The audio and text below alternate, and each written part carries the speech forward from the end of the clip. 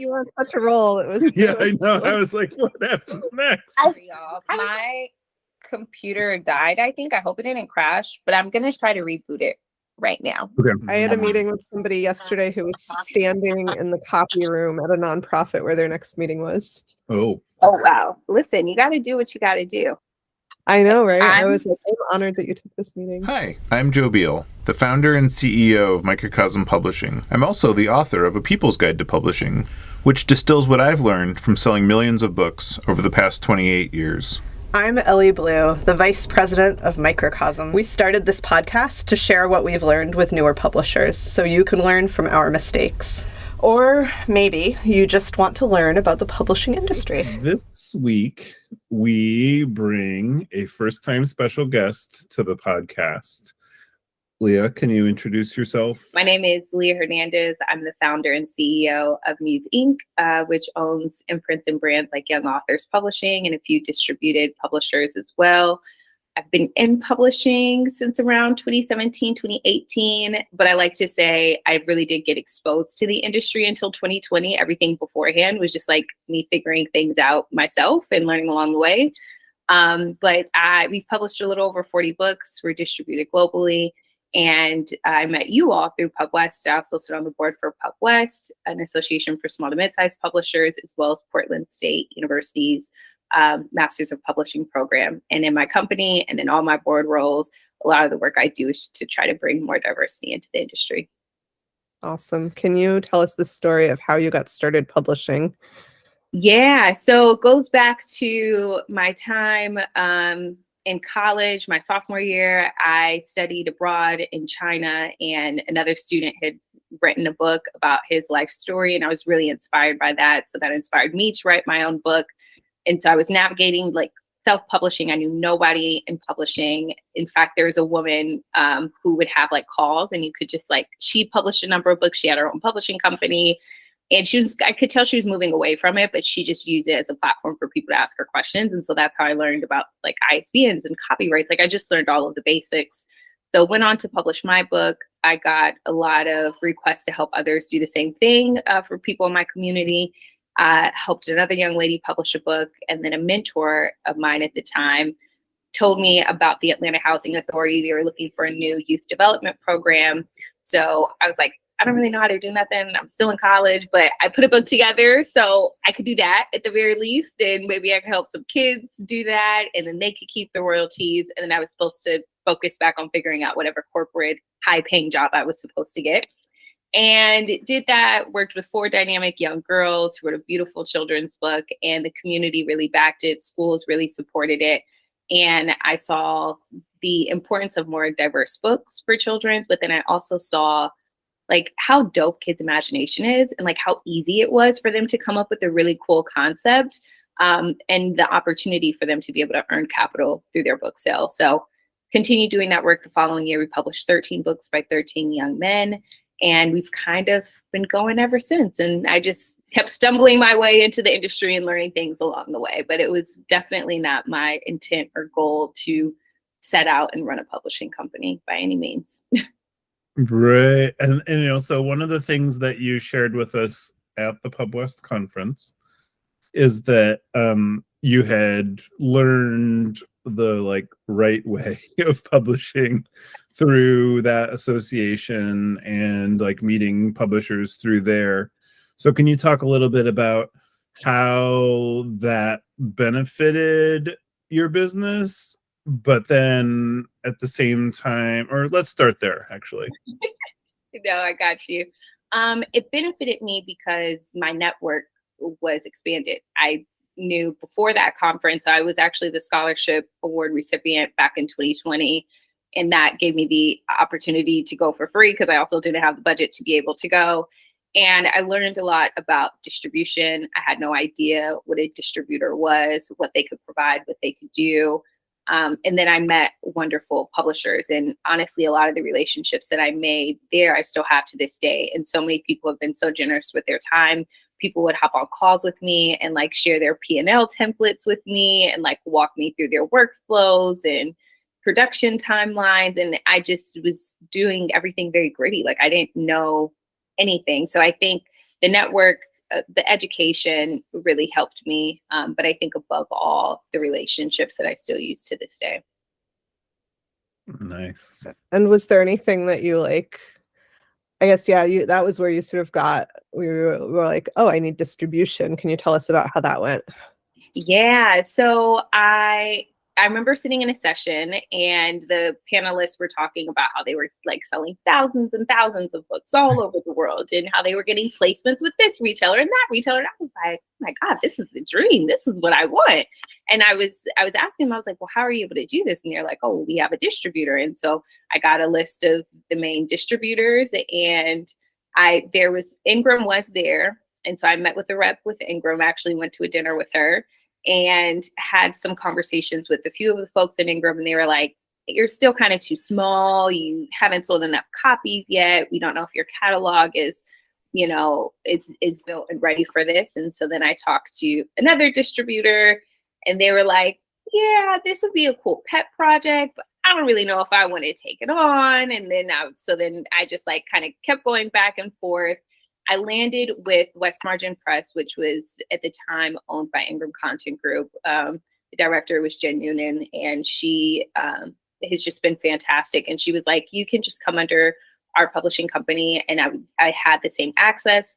So did that for a year. They got acquired. Then we went to IPS, and then now we landed at Consortium. So that was our journey into distribution. So even the way that I got in was not linear at all. And I know that it was kind of like a once in a lifetime opportunity, because very rarely do distributors own publishing company that would then extend their distribution to me. So, and then we found our way, and now we're a standalone publisher at a distributor. But yeah, that was our process. I hope that answered your question. I'm kind of trying to remember what it was, but no, that's great. And so, a lot of it, and I think like the similarity in yours and my story is that I came into it having no idea what I was doing. And then I had to find the things that worked because that was the only way to survive. Mm-hmm. And then I figured out all these like weird backdoor ways of selling books that then later on, when I learned the right way of doing things, I was like, oh, the right way isn't actually all that great, because it has its own set, like it's not just the crowdedness, but there's a lot of things that fundamentally don't work about it. Mm-hmm. So can you talk about like what you were running into in that department? Yeah, the first big hurdle for us was timelines. So we were working on a book, and then the production timeline was probably like 4 to 5 months. And then as soon as we got the printed copy, it was like, here y'all, here's the book, let's start selling. And they were like, that's actually not how it's done. We need things a year in advance. And you have pre-sales conference and then sales conference. And then we need interiors. And then we need reviews 8 months in advance. And I'm like, 8 months in advance, I don't even know what book I'm publishing. Like, that's just not we weren't on that timeline. So the first year and a half was a struggle because we weren't able to give sales reps what they needed because they wanted things so far in advance. And we didn't have the ecosystem or the capacity to sustain that. And so it took us about like a year to restructure our entire production timelines to fit their timelines, also known as the trade timelines. So that way we could see the sales growth that we wanted to. That was a struggle. And then another struggle, I think I just had like I just think I had the wrong idea about what distribution was. Like, I thought that a distributor was going to come in and dramatically grow our sales and put us in stores that we had never been in before. And while that may be the case for a lot of publishers, it was not the case for us.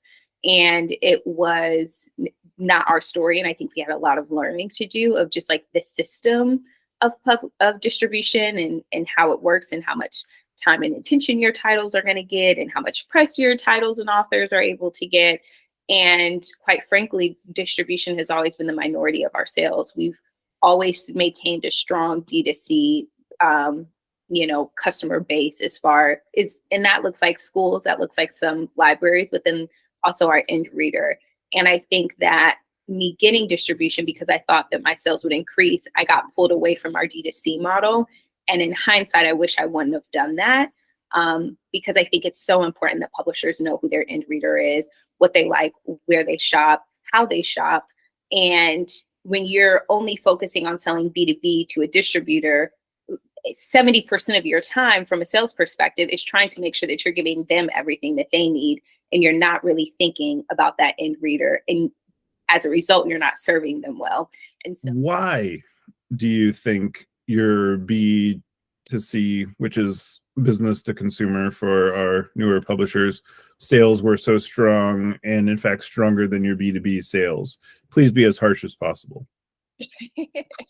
I think at the root of it, we were speaking the language that our readers like. We were just speaking their language, and we were marketing to them in a way where they felt seen, where they felt valued, and where they felt that it was genuine and authentic, and not in like a gimmicky way. Like, we're trying to get Black readers, so we're going to do things that Black readers like to do, and I think that they understood the impact too. So at the core of everything that we do is social impact. We started out with our flagship imprint, which was Young Authors Publishing. And so I think people also really love the mission of that. They knew that when they were buying a book, they were contributing to more diverse books, but they were also supporting a kid and for their future. And so I think that they like that. I think the other thing with us having more success with B2B, or honestly, well, B2B, when I say B2B too, I'm also saying like us dealing directly with other retailers away from the distributor. And nobody is going to tell your message better than you are, you know, and it's going to be interesting for us to like navigate that as we build out our own internal sales team and sales force. But I found that even like the key selling points that I was sending, like the message just wasn't landing, like it wasn't hitting the same, you know? So that's that. And then I think the last thing is on a more personal note too, like whenever we send orders, I sign letters, like I send a thank you card. I like care about our packaging. Our packaging is really nice. And then we also send a flyer with other books that they think that, or we think that they may enjoy and like as well. And you just don't get that level of attention when you're just like buying a book from Amazon and Amazon ships it to you. I mean, it's great, you'll get it fast, but it may not be as customized or personal. So true. I was hoping that you could talk more. I think a lot of publishers are starting out, and as soon as they hear about distribution, like you and like us, they're like, oh, that sounds amazing. That will do all of the things I don't know how to do. And then a lot of people, I think, get stuck and stall out at the kind of idea of like, how do I sell books without a distributor?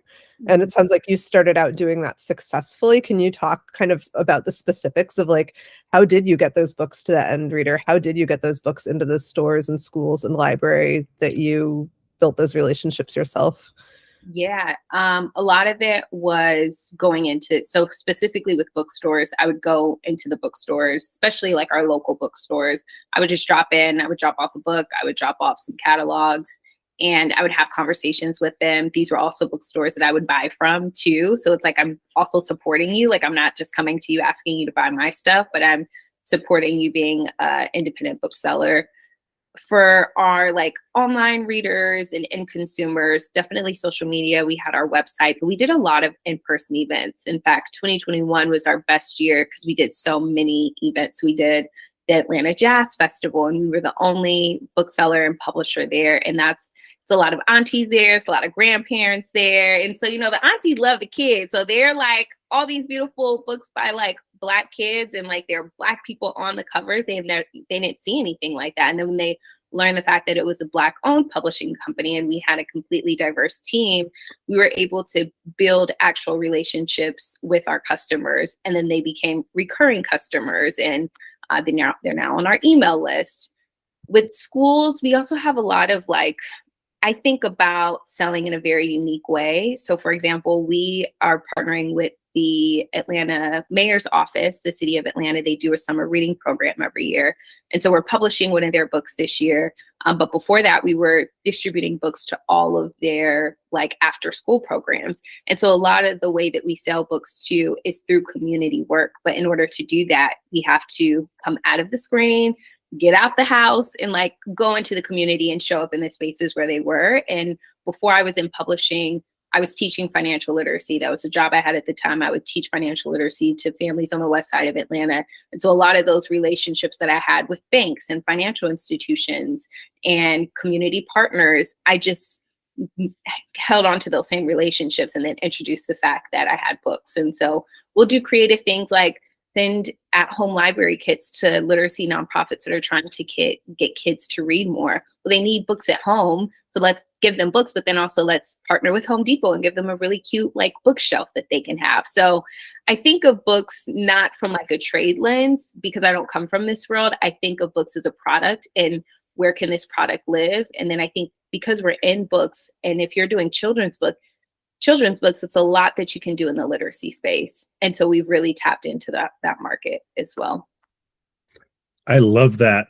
And I would also like it not to go unacknowledged that by having a background in financial literacy, you have an advantage over 99.999% of other publishers, because who could probably benefit more from your classes than anybody, because that is just not going on there. So I'm really glad that you bring that to the table, and you have like all this business acumen, and so I'm like, to me, I'm like, I think if people started with that foundation and then said like, okay, well then what would it take? Like, what would this look like if you thought about this as like any other product launch? Because for a lot of publishers, what I hear just over and over and over is they're like, well, I made this book and I think it's really good. And okay, so like, how do I make it so like people just like accidentally discover it, Yeah. But like, what was it about your background that made you take the complete opposite approach, where you realized what was at stake and like what was required of you? Again, I think it's a huge advantage for me that I didn't come from the publishing world. So my degree is in business marketing.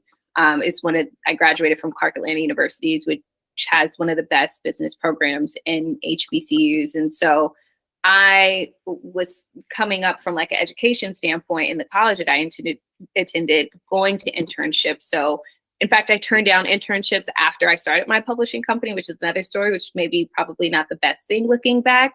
But I was taught about how to run a successful business and like the basic principles of product and demand and customer service. And so I applied all of those things to publishing. And even after I started my publishing company, I've done tons of accelerators and fellowships and business programs. A lot of it was to get grant funding because we didn't have no money. So it was like, oh, I could participate in this program and you guys are going to give me money and you're going to teach me things. Sign me up. I love this.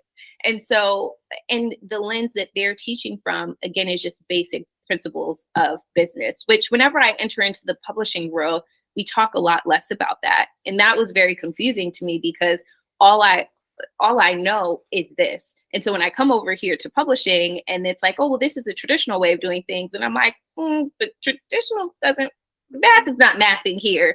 And so I just lean on where I come from and the accelerators that I've gone through, the mentors that I have that are in industries that are not publishing. Like I would say 99.9% of like the mentors and communities that I have that I really utilize like on a daily basis are people who are in completely opposite industries and aren't in publishing at all. I feel like that is exactly what I want all of our listeners to hear. I guess I'm curious about sort of your specific observations about the publishing industry and like, what are some business lessons that like you feel like the industry would most benefit from learning, or that other publishers would most benefit from having, especially where it like counters the traditional way things are done? Mm-hmm. I think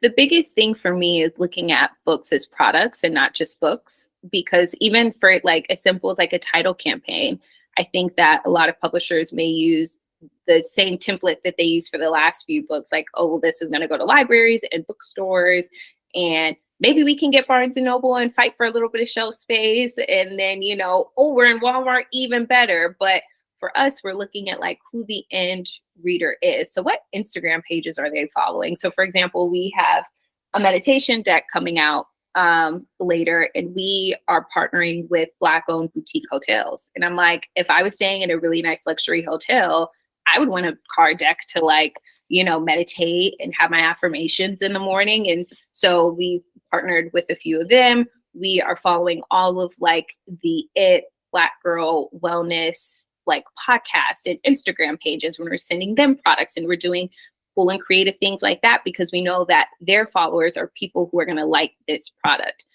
A lot of our readers too, we acknowledge, may not just show up in a lot of these traditional trade spaces.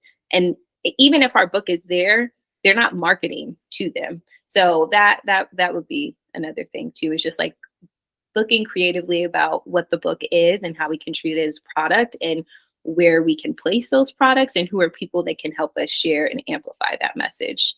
Again, outside of trade. I feel like I've said that like 10 times, so I'm going to find another way to say it, but 10 more, please. No, that's great. And I love that. And I mean, this is exactly what I ran into was and so I want to go back a little bit to when you said that it's about your focus, because and I really stress this too, that when your attention goes on something, that's like where your brain is trying to move the needle. And, you see this a lot. If you remember, there was a time when there were like social media accounts that would pop up and people would try to figure out how to sell books on them. And it just like wasn't happening. Mm-hmm. And then we were told for years and years that like Pinterest was the place to sell books. And then we were like, well, like, money, it's a lie. It doesn't work. So it's like, and we've had employees where we were like, okay, we'll like try and make it work, and then they can't let go when it doesn't work, and then you find out like years later that you're like, oh, it's because like Pinterest was for like white women in their 50s and 60s who are not our customers. Yeah. And then like people aren't going on Pinterest to like look at books, like they're going to Pinterest to get inspired, to look at cute images and aesthetics and figure out how they want their home to look. And like it's just not the place to try to sell products, especially books specifically. Like maybe if you were a clothing brand and you were like looking at like outfits, and you can have your clothes on there, but it just doesn't it doesn't translate the same with books. And so but then then this like so it really comes back to your focus, where you're like, and we went through the same thing when when we were picked up by our first distributor in 2002. We were like, we're going to be everywhere, and really it's just access. And so it's kind of like the intersection of access and product development. And I don't think people see it that way, because it's like a lot of the time, you're still learning. Like your audience gets what you're doing because they're your audience and they love you and they're like so badass, what a great publisher, love everything they do. But then the minute that like somebody walks that book into Borders, the Borders buyer is like, well, this is all wrong. And a lot of that has to do, again, they're like people of a certain age that don't really get new cultural movements, don't really get what you're doing a lot of time. Certainly didn't get what I was doing. Let's say that. And so they but it was like, and then I recognized in hindsight, I was like, we could have spun our wheels trying to make that work forever, and then the only thing that would have happened is that we would have gone out of business, or we would have changed so fundamentally that our audience would have just hated us. Yeah, that's a great point. So like, how do you like, where do you kind of like get what's like your guiding principle when you're doing a book acquisition? As far as like what books I'm going to pick up and acquire? Yeah, like how are you like, this is a young author's book? Yeah, it's a great question. I mean, I have two different lenses. So when I'm looking at young authors publishing in that imprint, of course, it's just at the very core of it. Like, is this a really good, entertaining children's book? Like, do I think that my nieces and nephews and little cousins are going to like this book and enjoy this book? And I'm grateful that I have kids in my family who tell me their very honest, harsh opinions, because I know what these kids want. I know what they don't like. I know what they do like. And that makes it really easy for us as we are producing and acquiring books. But I think even our model for acquisitions for the Young Authors Publishing imprint is really set up for success. When I first started, we were going into after school programs in schools, and I was working with like 13, 15 kids at a time, trying to help them write their book. And as we were growing, I was like, this is not scalable. And so we created a writing curriculum that helps kids to write and publish their own book. We license and sell that curriculum to schools and after school programs. The schools host their writing competition. They select their top books that they think are well, and then they submit those books to us. And like, I would say 6 times, 7 times out of 10, we'll publish those books because they're following the criteria that we set in our curriculum. And we're telling them when we sell it to them, these are the trends we're looking for. These are the books that aren't out there that we feel like kids need. And so they're writing for what our audience needs and the gaps that are in this space. So that's young authors publishing. For Muse and all of our adult books, I'm looking at who the end reader is and how it's going to help them and how it's going to impact their life. So, for example, this meditation deck, I know a lot of people in our community, we are meditating more. We care and are putting a focus on our own wellness. But a lot of times we need to pull away from technology. And I think I'm grateful for all the meditation apps. I use them. I'm an avid user of them. But I think that there are times where we need to pull even further away from technology. And I think that this product has the opportunity for people to do that. We signed on another book about transracial adoption. And that book I'm super excited for because that has the ability to create and make change on an entire industry that has historically really not kept the child at the forefront of their mission and really thinking about how that will affect them. And so that's what I'm looking for, is how it can change and impact our reader and even spaces and cultures, and how can we use this product to create even more conversations about change that we want to see. Awesome. If Joe seems distracted, it's because I think you're placing an order for the Kinfolk meditation deck right now. Making sure we didn't have it already, and we should have had it. Oh, thank you. You should probably send us your list. Yeah. Yes, I'm going to send you my list, and then I'm going to send you a separate email so you can order right here. Awesome. Cool. Mm-hmm. I want to talk about the topic that all white women want to talk about but feel anxious about, which is, it seems like the mainstream publishing industry does not know how to sell books to the Black community. Doesn't know how to reach the Black community. I mean, this is what I'm hearing from you, but also what I'm seeing here. And so, yeah, I guess my question is, like, what do you see as the missing piece there? Like, it seems like there's like a huge Black publishing community. Like, a lot of it is around self-publishing. There's a ton of Black authors doing amazing work. There's a ton of amazing books, and the mainstream publishing industry isn't getting it. What do you think is going on? Let's fix it. Yeah, right now on this call we can do it. Yeah, we'll make a 5-point plan. Let's do it. Yeah. I think again, we have to look at what the root of all these issues are, and it's systemic. And but when we boil it down in simple terms, it's the people in the room.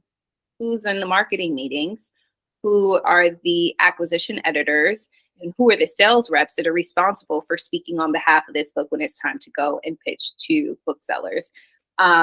Less than, I think it's 7 or 8% of people who work in publishing are people of color. I think Black people make up maybe like 3 to 5%. And I think that even may be on like the high scale. So I think if people in publishing, white people who are probably even really well-intended and, want to actually try to solve this problem, I think that they have to know that they may not be the ones to solve it, and that they actually need to have people of color come, and they need to hire them onto their teams and lean on them to figure out how to sell authentically to that community. Because I think just relying on all white teams, all male teams, all older teams who aren't the end reader, have no relationships with these people, aren't talking to them, aren't in the places that they are, you're always going to miss the mark on how to market to them in an authentic way. So I think at the very least, if we can get more people of color working in publishing companies and making decisions about marketing, we'll see that translate better.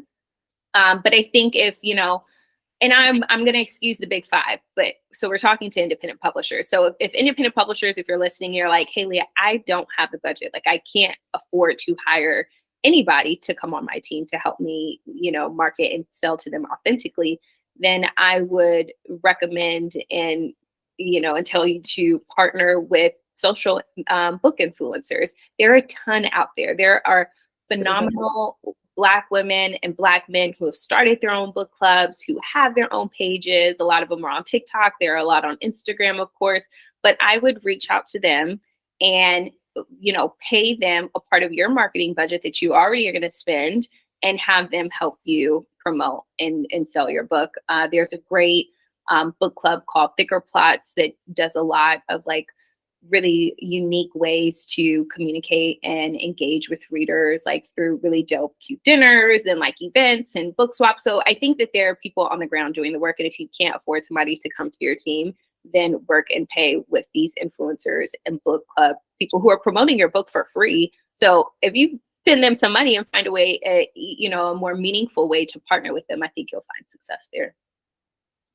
I love that. And I love it because it's the three-legged stool all over again, where it's like everybody needs the benefit that touches the book. And so like, rather than like making it selfish, you would make it where you're like, who else could benefit by touching this book? Which is like really, I don't know. I think that's kind of where publishers fall down the most, is that they're not, they kind of think that anybody else is going to like approach it altruistically or out of obligation to their debt or whatever, rather than because they're like, they have to see like how their community benefits or the, you know, the like. And so, you know, I guess what is it where, like, where do you kind of see publishing going in the broader sense? Like maybe in your own like potential near future direction, or like what trends are you seeing in the industry that you think are really interesting? Yeah. I really enjoyed, PSU did a research project around, I think it's millennial and Gen Z buying habits and trends. Those research findings are really fascinating, and I think we can learn a lot from that. From a consumer lens, especially speaking to the Gen Z group, I think that they care deeply about who they buy from. This generation just isn't just going to blindly support a corporation for the sake of them being the biggest and the baddest. They want to support and spend their dollars where they know that they're going to do good. But I think that publishers have to step outside of the way that things are normally ran and put a face to the brand, put a mission to the brand, and start speaking authentically about who you are as a publisher. I think the more that publishers can build their own publishing brands, I think we'll see a lot more success with D2C. I think we'll see even a lot more success with trade publishing and trade sales, because our readers know who we are. Like my dream is that readers will go to the bookstore and start looking at the spine to see who published this book. Like, is this a publisher that I like? Oh, I love Microcosm. I bought so many books from them. I know I'm going to love this book. I'm going to buy this book. Like, I think if we can move to that direction, we'll start solving a lot of the issues that we're facing now. I think, what other trends am I seeing? I think that's the biggest one for me now. I'm sure that there are so many, but that's my main focus as a publisher, is how can we build a publishing brand that sticks out and that resonates with our readers, and what spaces can we show up that are not book related. So we're going to the music festivals. We're going to we're doing all of the things that are outside of traditionally publishing ways that we should be doing things. You're building your own parallel publishing industry, which will someday grow big enough to overshadow the mainstream. That's always been our goal. Yeah, and I think that there are opportunities for more independent publishers to come together and work together, because at the end of the day, we're all fighting the same big 4 or 5, whatever we're at right now. I can't keep up. And I think that there needs to be a lot more advocacy work for independent publishing that's being talked about on the mainstream culture, pop cultural level, because the reality is that people read. I think that the whole notion of people aren't reading these days is completely ignorant. The stats and the data show us and prove to us that people are actually even reading more now. So how can we make publishing sexy again and bring it to mainstream? Thank you. And thank you especially for the shout outs to Kathy and Rachel's research, because they make their classes watch this podcast as part of their homework, so that you can help make them into, you can highlight Love the work. Thanks for listening. So you've now made it fully circular. Nice job. Yeah, if you had to tell a group, say, of PSU students, or your publishing listening audience, kind of one thing that you would like to see change in the bigger publishing industry, what would that be? Okay, I have like a business one and then I have like a cultural one. Okay. Yeah, do it. And my business one is I would love to like see returns not be a thing. Yes. Like, there's a way for us to like fix that. Or for us to like not have to put the price of the book on the barcode. Like, because if we ever need to change it and reprints, like that's been a drag. On a more cultural side, I would love to see more spaces for people of color who are in this industry to come together, to convene, to fellowship, to learn, and to grow. But most importantly, to know that there are other people who look like them who are operating in this space.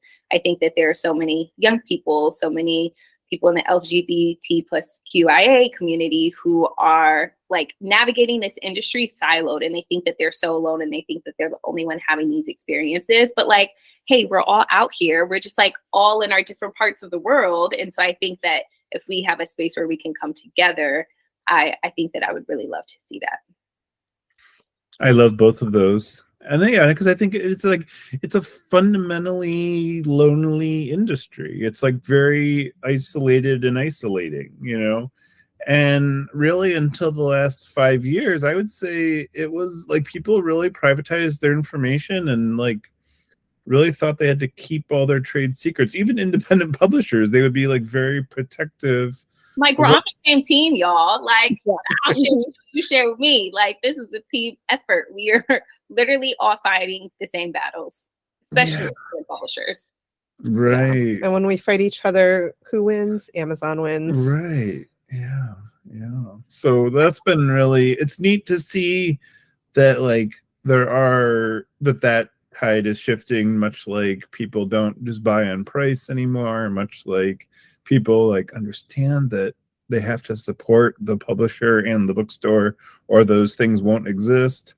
And you're like, oh, that's like, it's kind of a fantastic change because, before it was like, oh, is it cheaper somewhere else? I'll go there, and that's not that way anymore, which is like, that's like culturally fascinating that, I mean, I don't know, maybe we should just go out and say that younger people are smarter to like realize that, but well, that might be a little too bold even for me, but or like the care more maybe, it's something's going on there. Yeah, well, I think also too, like this is a generation who has had information at their fingertips for like their entire lives. So they have so much more access than any other generation has before.